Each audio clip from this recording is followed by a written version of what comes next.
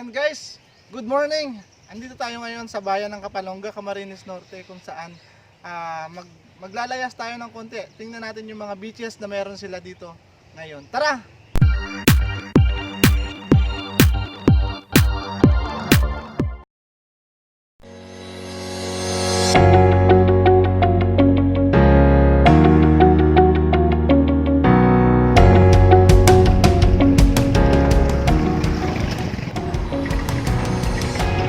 Rocky road pa siya, hindi siya pa siya develop na masyado, kaya meron din naman mga bumabiyaheng mga tricycle dito, kagaya ng isang to na nasa unahan natin.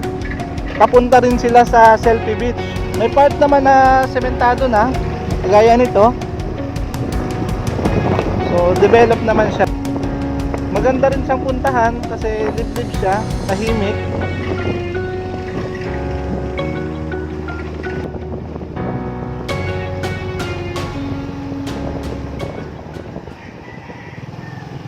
Picture muna tayo dito. Tulog na tayo sa kanila.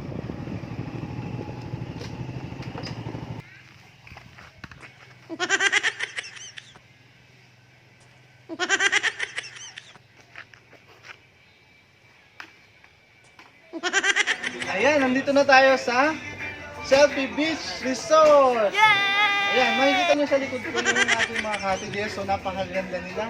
And matatanaw nyo sa likod dito yung dagat, no? So napakaganda ng view talaga dito. Yung sand nila, white sand talaga. And then sa kanan ko naman, ito yung reception area. Pwede dito mag-rent na kasal or function hall din, multi-purpose hall. Marami silang inumin dito. Ayan guys, nandito ako ngayon sa Selfie Beach Resort kung saan maganda talaga yung view. Tingnan nyo. Oh. So ngayon, makakapanayam natin si Sir Luther, isa sa may-ari ng resort or nagmamanage ng resort na ito. So, ayan sir, kung pupunta sila dito, anong pwede nilang ipapalo or makakontakt na cellphone number para hindi sila mawawala? Kasi minsan kasi sa sobrang layo, Facebook page, mga ganun yung pwede po ipopromote sa mga tao. Good thing here in our resort, ang signal dito is LTE. Okay? So wala kang signal dito, and our resort is very much active with our Facebook page, Selfie Beach Resort, and with our contact number 0977-8016-0634. So, andun laging may naka sumasagot doon sa Facebook page namin through inquiries, yung mga tanong ninyo kung paano makakapunta rito, yung mga rates namin. Active po lagi yun, sasagutin po kayo. Magkano? Sa ngayon, napakamura lang ang entrance fee namin, 20 pesos lang during day tour. And then night rate, 40 pesos na. Okay? Sa mga rooms, nag-start siya ng 3,000, yung regular room namin.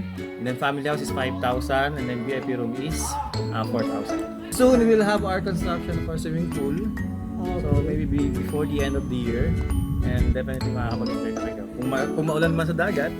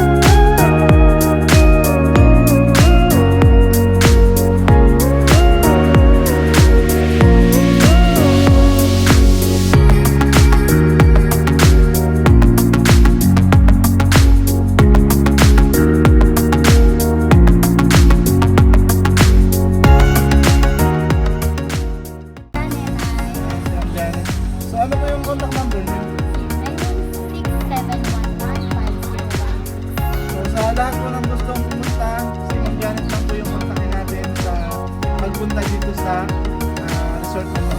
Thank you guys.